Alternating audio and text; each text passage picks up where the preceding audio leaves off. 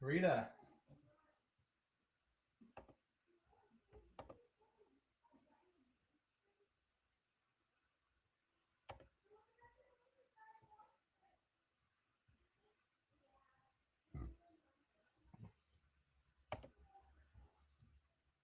All right, let's see if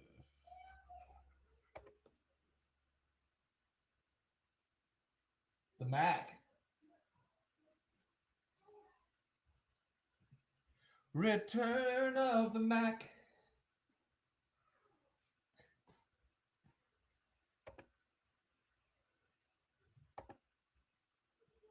Oh, I gotta share this to X, or as the OGs call it, Twitter. Return of the Mac.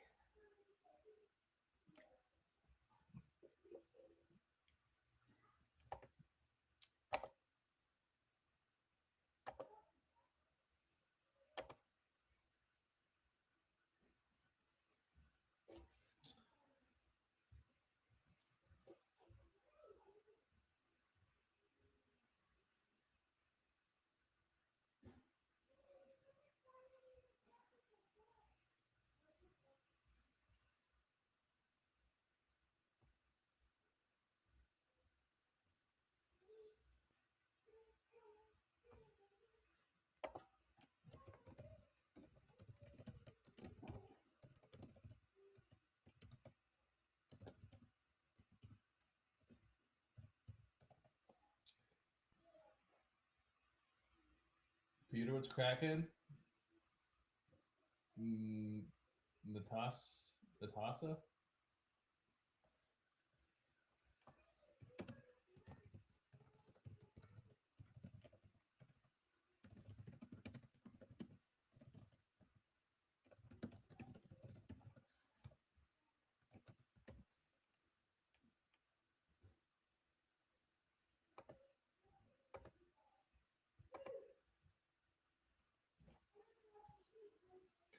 Oh man, I should have shaved though. Looking a little rough. Whew.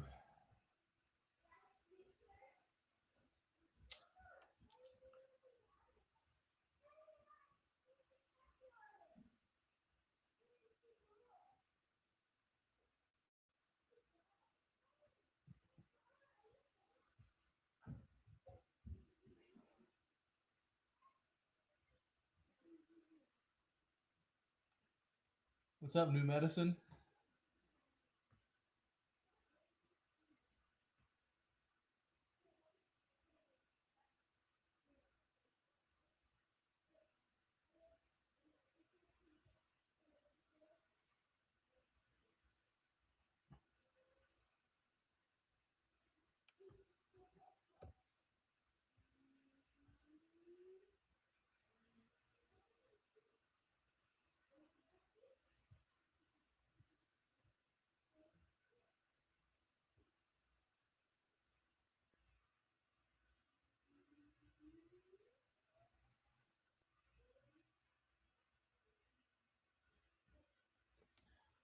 Merry Christmas.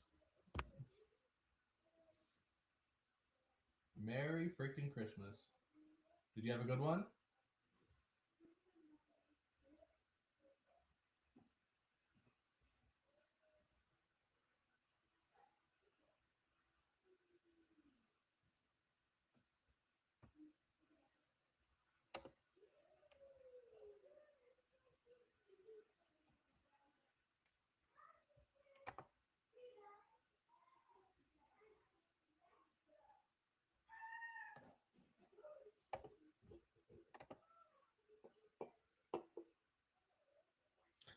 I don't think we're gonna get many viewers on Instagram or YouTube.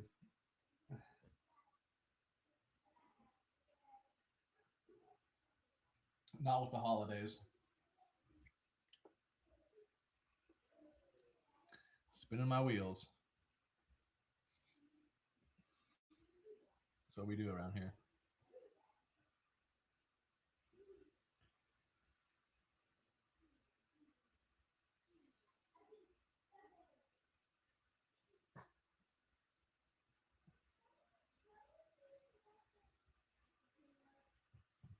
We'll stick with it though. See if you have any question? You have any questions?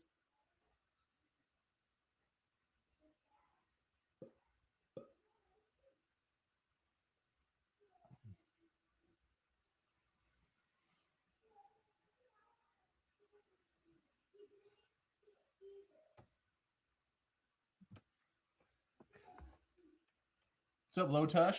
Lotush 6455. Got any questions? Hmm? I'm all yours.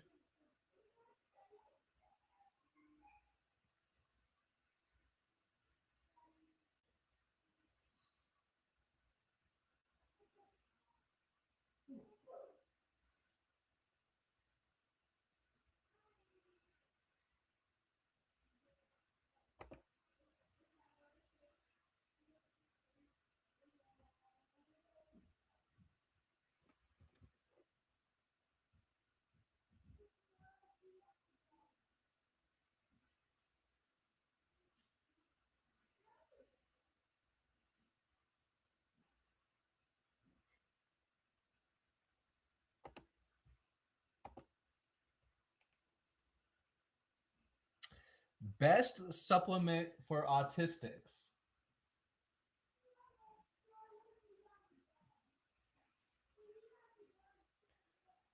That's an interesting question. I don't know if there's one best supplement for autistics.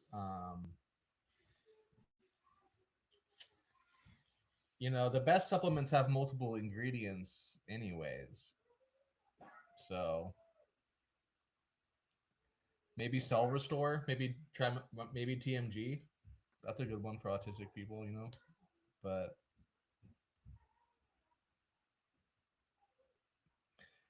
maybe a CalMag, maybe CalMag Fusion.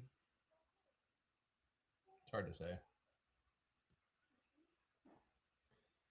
Yeah, fast oxidation can definitely become dangerous. The faster the oxidation rate, the more dangerous it becomes. You can think of it this way: like in fast oxidation, you're burning through your life force faster, and so if you're in extreme fast oxidation, you're just racing towards the cliff. Does that make sense? What's up, Vitality Maximized? Do I prefer AL or Trace? I prefer ARL, but they're both fine. It's also two separate questions. So I definitely prefer ARL for the way they interpret the results, but they're both accurate. If you're just using the results, there's not much difference. The main difference is how the results are interpreted.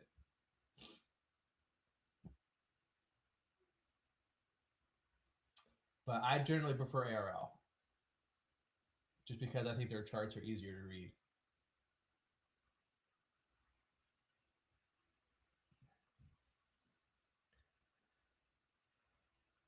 I want to ask about itching and urticaria. Any helpful advice? What is urticaria? Urti. They have a million names for things nowadays. What's up, Paul?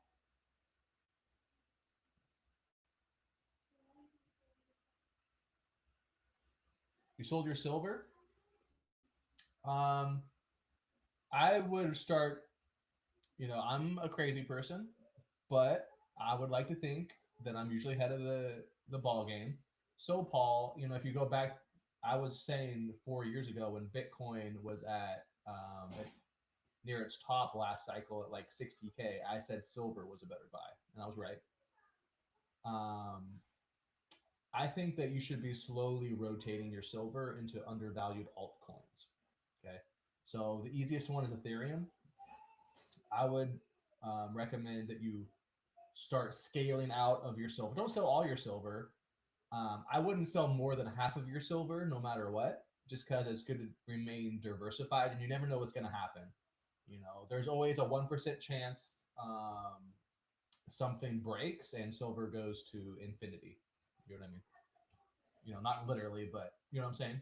So I wouldn't recommend that you sell all your silver, but I would start scaling out around half, and I would start scaling out into undervalued altcoins. The easiest one to scale out into is Ethereum, But my personal favorite is Bitcoin Cash.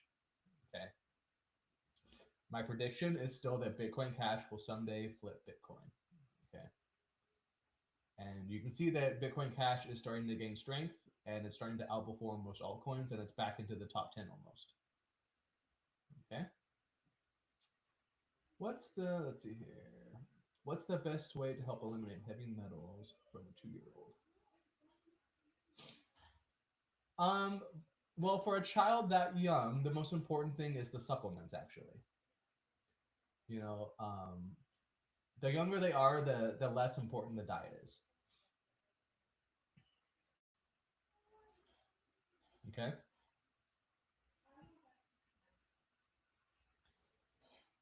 So typically, they're 2 years old. Usually, they're in fast oxidation with a low NAK ratio. So the most important supplements for most 2-year-olds is going to be, SPF formula or the valence equivalent. The valence one's even better. Fast ox, and then NAK up, and then maybe also Cell Restore. I would say those three, and then the CalMag Fusion.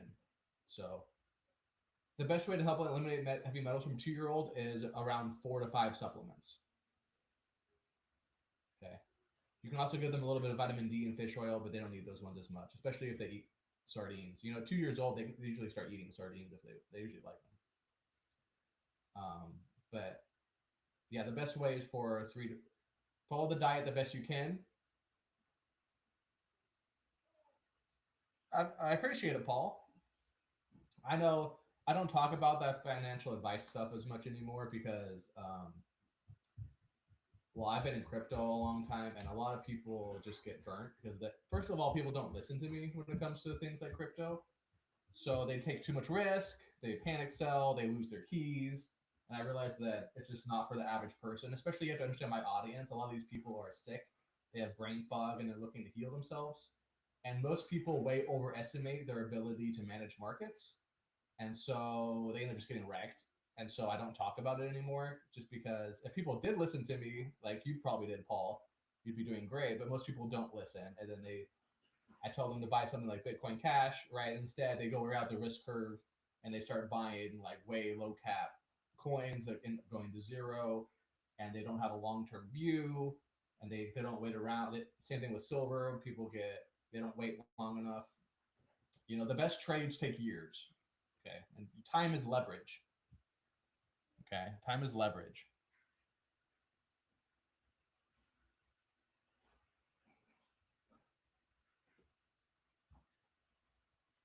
But yeah, that's my little rant on the financial stuff.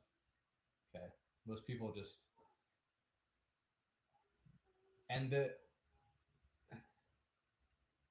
yeah, I know. Yeah, yeah.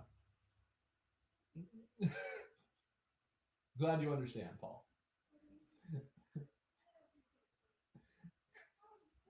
I do have a gift for it. You're right.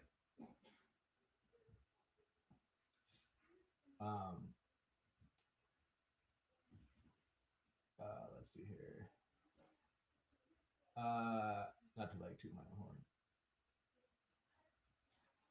If one has experienced heart palpitations while following a mineral balancing program, can that be viewed as a detox symptoms? Um, well, you were asking about fast oxidation as well. So, are you in fast oxidation?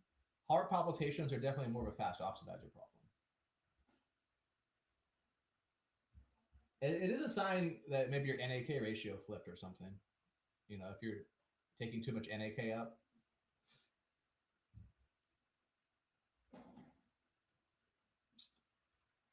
How do you interpret mineral trends when the client is supplementing heavily before the HTMA?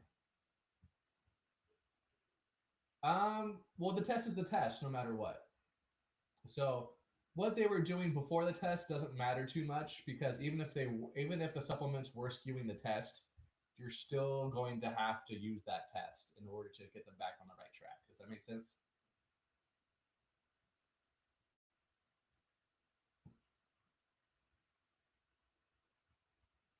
Mild fast ox. Yeah, so try eating more fat. Just limit your stimulants. Your nervous system is getting out of control. So your heart palpitations might be related to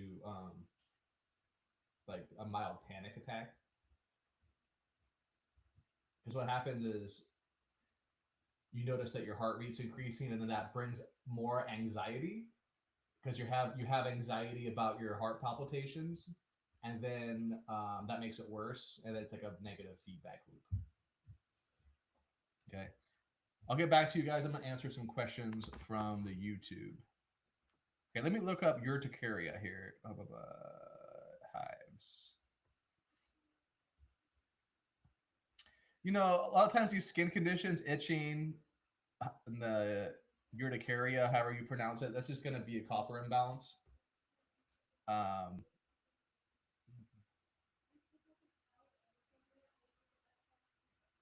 but TMG might help for that, trimethylglycine. That really helps skin issues, I've noticed. Stop doing the program for 2 years, and now my thyroid is sluggish. How do I get back and bounce fast? Well, I think you kind of answered your own question, 5D Love Light. I think the answer is to get, you can message me, Luke at htmapro.com, if you want to get back on a program. But you answered your own question, dude. Yeah, the answer is to get back on a program.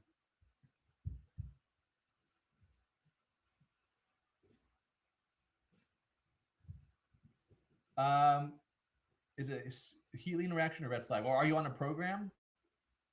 Lodish 6455. It would make more sense if you were on a program for it to be detox related. Also, I'd have to know what kind of program that you're on. You know.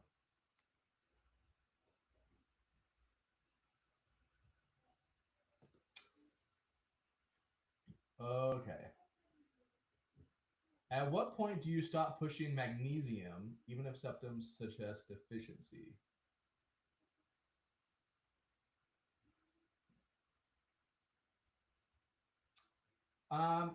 So what do you mean by pushing magnesium? Do you mean what point do you stop supplementing magnesium?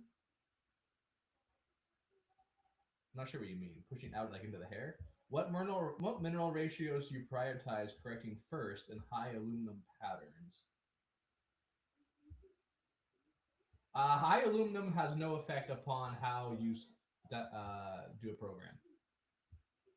Okay, it's the same priority regardless of your aluminum levels. Okay, the priorities are still, get out of 4 lows. What is the NAK ratio? Is it below 2.5 or above 2.5? And then are they in slow or fast oxidation? Those 3 things are still the major priorities. Okay, number 1 priority is probably balancing the NAK ratio if it's especially skewed. I train people, so you can go to htmapro.com if you want to learn.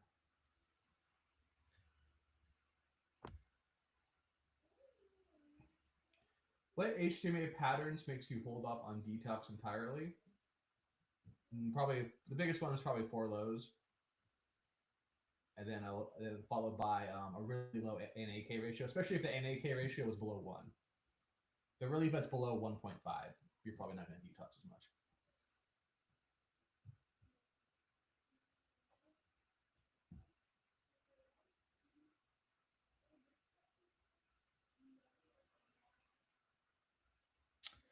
Well, Lotish, why are you on the keto diet? Are you a fast oxidizer?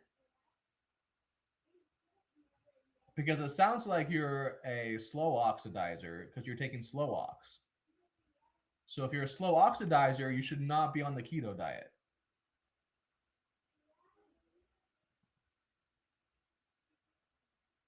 If you're in slow oxidation, which you probably are, unless you're taking the wrong supplement, but you can email me if you have a question like that, but I don't really know your test is. But if you're on the right program, you're in slow oxidation if you're taking slow ox. And if you're in slow oxidation, you should not be on the keto diet. You need carbohydrates. That might be part of the problem why you're not handling things well. Okay, I understand keto diets all the rage, but we don't do keto diets. You need carbohydrates, especially if you're in slow oxidation.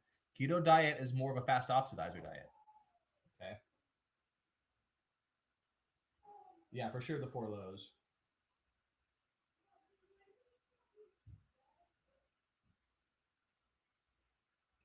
How do I go to your profile?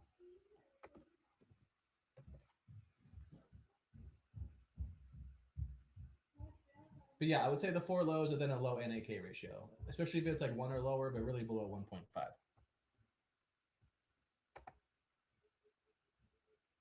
Here I'll file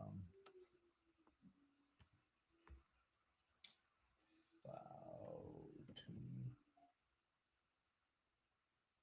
E.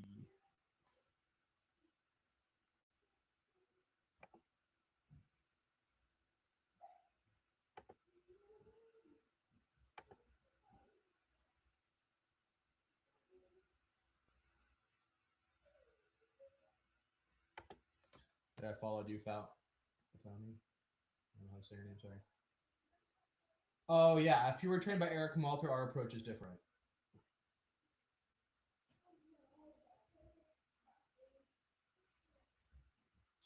We use the Dr. X, Dr. Wilson approach. So we don't,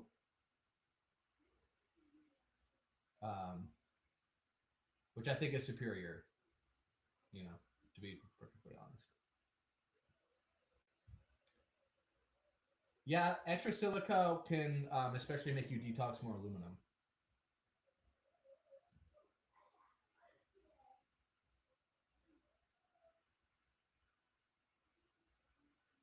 You can search our YouTube channel where, especially Lewis has made lots of videos where we talk about the differences between what we do and what Eric Malter teaches. But they don't recognize four lows the same way and things like that. But yeah, no, Kyle's right.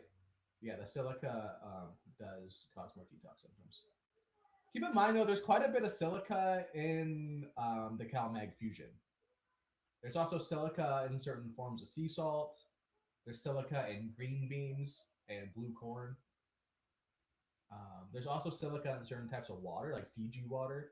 You know, Clark Engelbert talks about this, where certain forms of for certain types of spring water, like Fiji or Gerald Steiner, or like you know some other brands, are high in silica. So best sources of silica are green beans, blue corn, spring water, okay, like Fiji.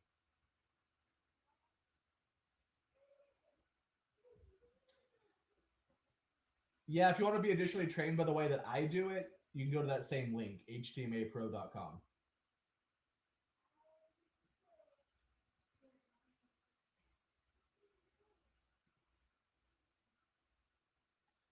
I do feel there is less gaps in what we teach, personally.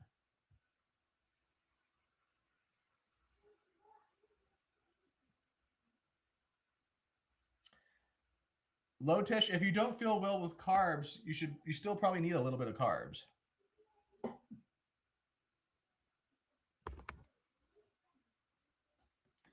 You know, just eat a little bit.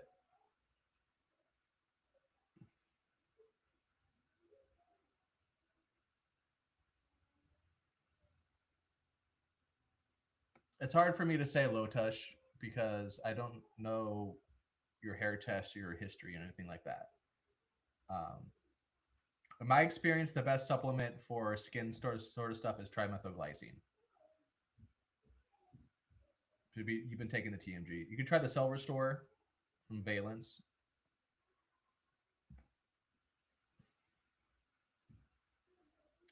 Are you taking Bioflow Plus? That'll help you process the carbs.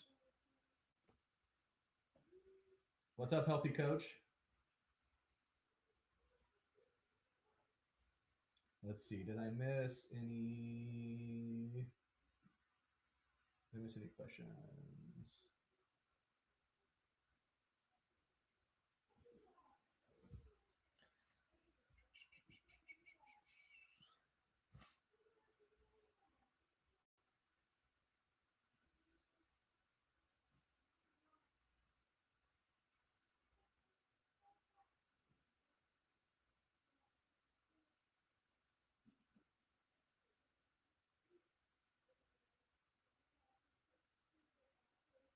Are you taking a calcium magnesium supplement? That helped too. You do a. It's hard for me to know how much of a program you're actually on. You know what I mean? I believe I've heard Aaron from Valence say that Dr. Wilson diet is not quite as important as overcome. I've said that. You might be thinking of me, but Aaron probably says that as well. Yes, I agree. I know it's kind of a hard concept for a lot of people, but you have to realize to a certain extent the whole program is relative. And so the valence supplements are more powerful. And so if you have more powerful supplements, yeah, it probably was me. Yeah, just because everything's relative. And so if you have supplements that are better, then that makes other components of the program less important. You know, doesn't mean the diet's not important, but it's all relative. You know, I don't want it to be an excuse. To put it out there that you don't need the diet anymore, but because you do, but it's no, it's not as important. Relatively speaking.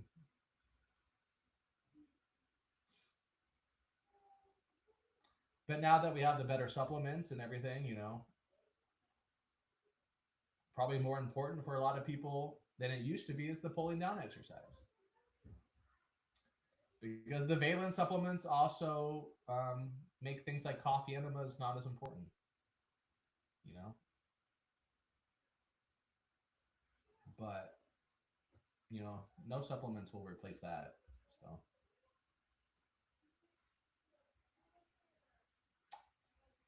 now that we have things like Pectosol and the BioGuard, you know, even things like the coffee enemas probably aren't as important as they used to be. Because in a lot of cases, the valence supplements by themselves will start pushing out metals. To be honest, yes, they already are.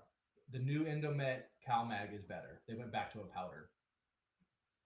So Endomet, I don't know if you used their Paramin that they came out with, but it was god awful. It was like literally chalk. But they enough people complained, I think, and then I will say that the new Endomet CalMag, they went back to powdered capsules, and it is better. So I don't know how much Endomet's going to step up their game, but I do think they're going to get better.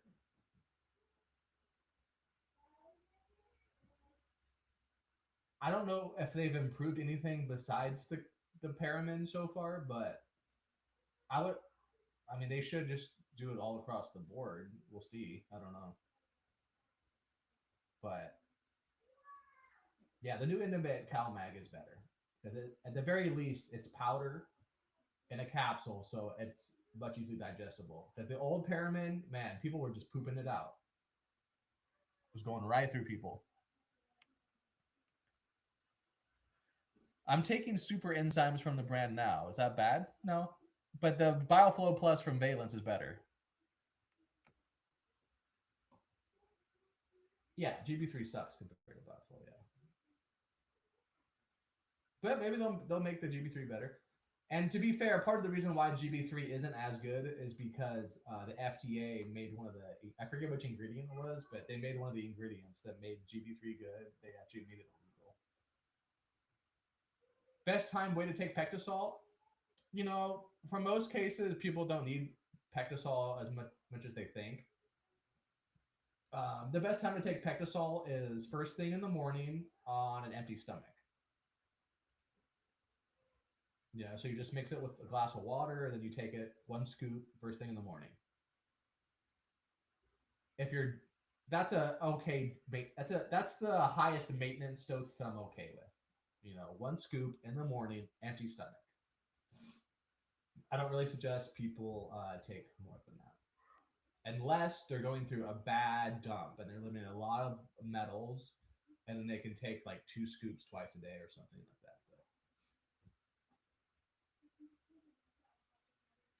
So someone is saying Endodrin is in a capsule now. See, so they could be improving. You know, which is smart of them, and I'm glad. You know, I have nothing against Indomit. I'm glad to see that they're, you know, at the very least, Valence is pushing them to, you know, to upgrade. You know, at the end of the day, we just want to heal people, and so, and a lot of people still use the Indomit supplements, and we still get, oh, you know, people still heal off of them. They're not bad supplements because mineral balancing is so powerful. So, yeah, that doesn't surprise me that Indomit is starting to improve, and they should, and it's good. It's a good thing. You know, I'm happy to hear that they are.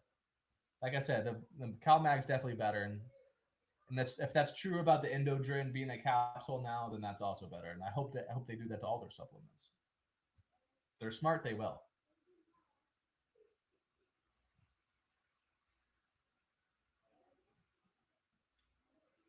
Are binders really that helpful to pair? It depends. It depends on the person. You know, they're worth a shot. But yeah, they are quite helpful for a lot of people. Yes, and Pectosol is quite safe. Advice for huge manganese dumps: more sauna, more coffee enemas. You know, slow down on the supplements that are causing it. You know, the supplements that are most likely causing the dump are going to be whatever's moving the needle on your NAK ratio and your oxidation rate. So, you know, if you're taking NAK up, you might want to slow down NAK up, or it could be the zinc causing it. And then, yeah, you can try the,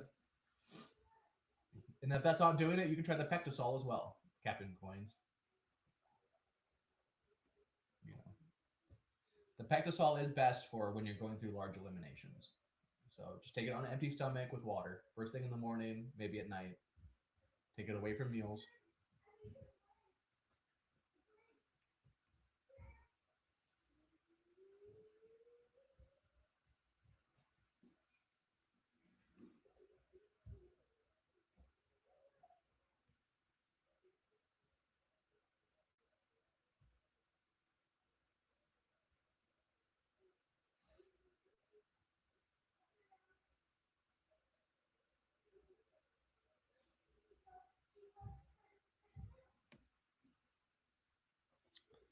Okay, any other questions?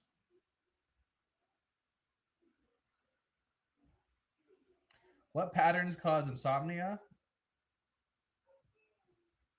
You know, fast oxidation,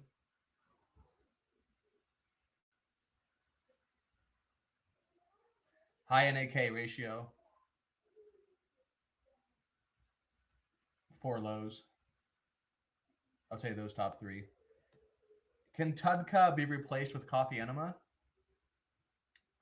I mean, coffee enemas I would say are more important than the Tudka. Yeah, coffee enemas I would say are better, but you should do both. And there's Tudka in the Bioflow Plus.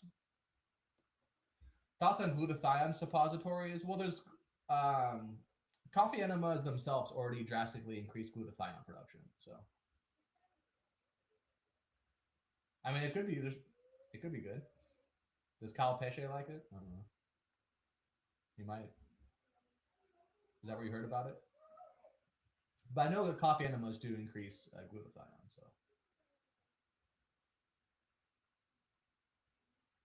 I mean, adding glutathione to your coffee enema doesn't sound like a bad idea. I imagine that's what you mean by suppository, right? Like a coffee enema.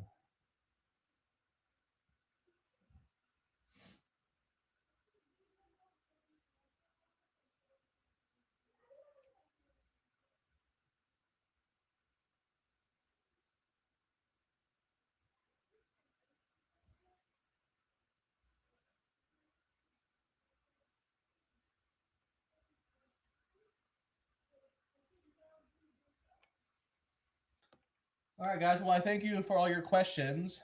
I'm about to hop off here. Any last questions?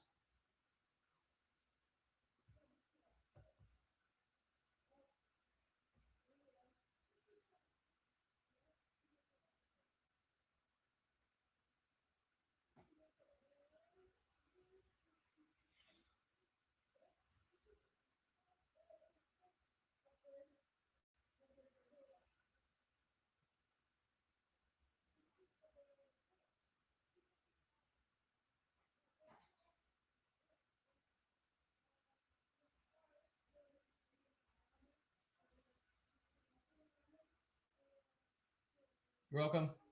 Thank you, everyone. Bye.